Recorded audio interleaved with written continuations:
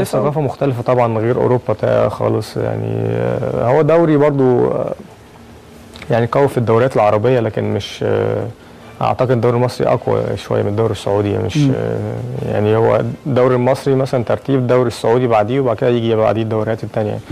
فكانت برضو فتره انا حبيتها بصراحه يعني، ظهرت فيها كمان بمستوى كويس، ورجعت المنتخب مصر من خلال النصر السعودي. كنت غايب فتره عن منتخب مصر، ورجعت من خلال النصر السعودي موسم انا عملت معاهم موسم كويس. كان في برضو مدرب كويس جدا من مش باراجواي تقريبا. والنصر في الفترة دي كان بعيد عن المشاركات الآسيوية. احنا في الموسم ده خدنا ثالث تقريبا على الدوري، ورجعنا تاني المشاركات الآسيوية، وكنا بننافس. بس كان في سوء حظ غريب قوي في بداية الموسم يعني. كان نعمل أداء كويس ونتعادل في آخر دقيقة، أو نخسر ماتش في آخر دقيقة، نضيع بينالتي في آخر الماتش. فكان في سوء حظ في بداية الموسم.